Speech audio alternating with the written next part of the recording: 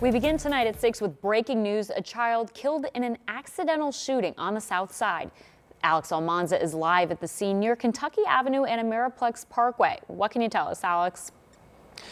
Allison, we're here on Corgan Way where IMPD says a child lost their life this Thanksgiving evening in what investigators are calling a accidental self-inflicted shooting. I just kind of want to step out the way to show you that investigators are processing the scene. Police were called here just after 4 o'clock this evening.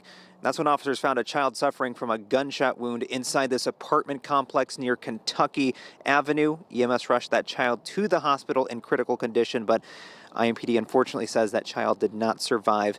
Again, police are processing the scene as they're working to piece together exactly how that gun was accessed, who was home at the time, and what led up to the moment that it fired. And, as you can imagine, truly devastating scene here tonight, especially around the holidays.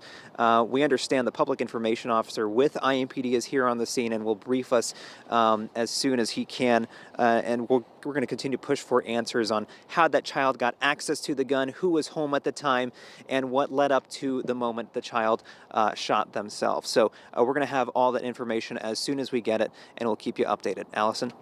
All right, thank you, Alex. Sad scene there.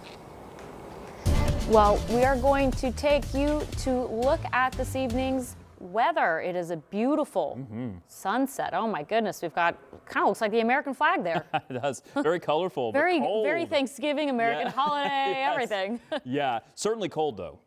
We had kind of breezy conditions today. We cleared out some of those clouds that were there earlier. And really the point I want to drive home is that while we are under an alert for the possibility of snow on Saturday, the next 24 hours should remain pretty quiet. I know. Not ready. I know, especially for travel day on Saturday. It's a huge travel day. Let me get right into it. Show you the winter storm watch that's in place. You'll probably see this upgraded to a warning within 24 hours. Not necessarily all the counties. As we get more information, we may see some changes here, but essentially it's Indy and points to the north, and that's where we are expecting some of the heavier snow that will cause impacts for travel. Now, again, to drive the point home, mostly clear skies for tonight. Temperatures on the colder side, near 20. Winds will be diminishing, but there may be a wind chill of around 10 degrees during the overnight tonight before we see our temperatures rise into the low to mid 30s for the afternoon. Again, a quiet day, variably cloudy skies, not expecting any precipitation for tomorrow, although couldn't rule out a flurry. In the meantime, after that, after this dry pattern that's going to stay with us all of your Friday, Saturday is a much different day. This is, by some point on Saturday, the arrival of the snow. Saturday mid-morning, I think. Once we get past noon, that's when we think the heaviest of the snow will be here, probably between 2 and, say, 7 p.m.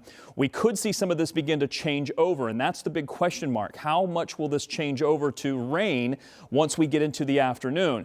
Depending on how much we see change over, we're thinking about 2 to 4 inches of snow for Indy and higher amounts to the north. I'll walk you through some of the future track to walk you through what you can see as we head into Sunday as well. Have that for you coming up.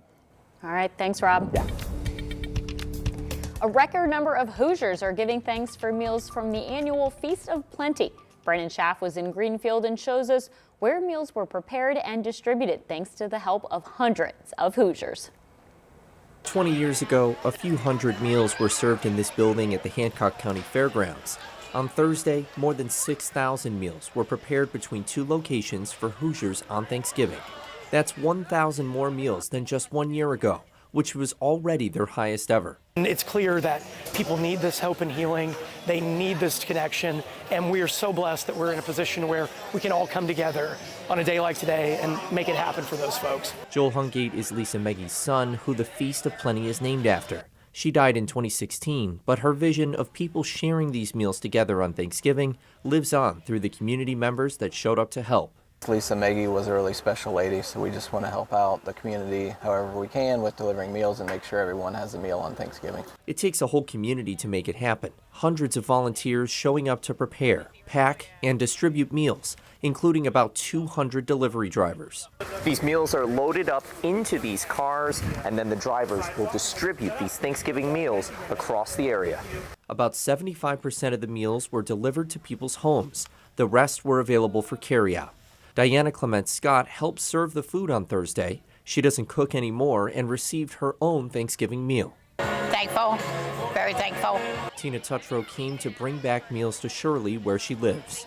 It's wonderful because some families don't have anyone close by. And so I volunteered to come down and pick up some. 130 to 160 turkeys were prepared for this feast. Chef Ty Hunt, volunteering for the 19th year, says they started preparing this meal at 5 a.m. on Thursday. Some people, this is their Thanksgiving tradition. They come here and they serve others.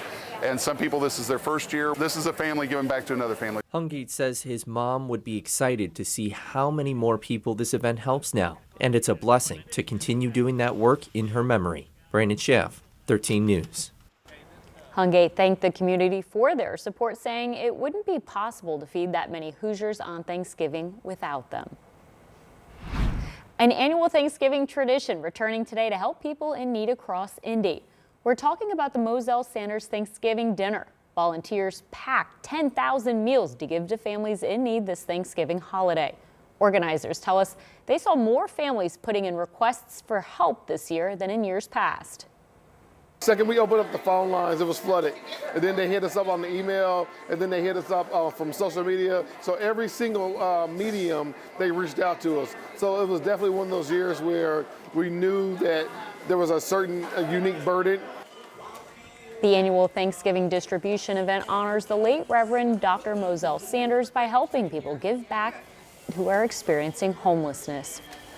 Indianapolis Mayor Joe Hogsett got to work behind the scenes at one of the Moselle Sanders locations today, helping to prepare some of the meals for delivery. It's an annual tradition he says he's been taking part in since before he took office. During today's event, Mayor Hogsett talked about what the city is doing to further Moselle Sanders' mission to help the unhoused. The first phase of Streets to Home is going to focus on 350 chronically homeless men. Now there's phase 2 and phase 3 to come, and in phase 2 we'll start sheltering families, and then in phase 3 we'll try to get those who find themselves temporarily unsheltered.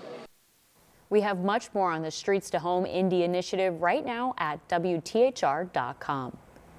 Thousands of people took some time today to give back by putting on their running shoes. They bundled up for the 23rd annual Wheeler Mission Drumstick Dash in Broad Ripple. The event raises money for Wheeler Mission to help provide services for people experiencing homelessness.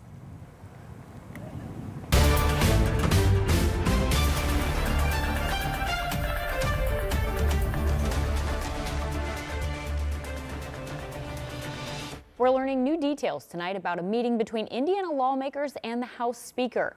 Indiana House Republicans are meeting virtually with House Speaker Mike Johnson this weekend.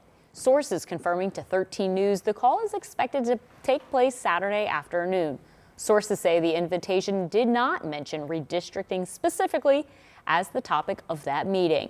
But it does come just days before lawmakers are expected back at the State House for the start of the legislative session Monday. That's when redistricting is expected to be considered by the House and then the Senate as part of the regular 2026 session. Still ahead, a fire investigation quickly turns into a double homicide investigation. Tonight, we head to the scene for insight from police and neighbors. And I'll have more details on that snowy Saturday, what you can expect for timing, and heading into Sunday as well. Both are going to be big travel days, and this will impact you. And Circle of Lights is tomorrow. Everything you need to know to be ready to celebrate coming up next.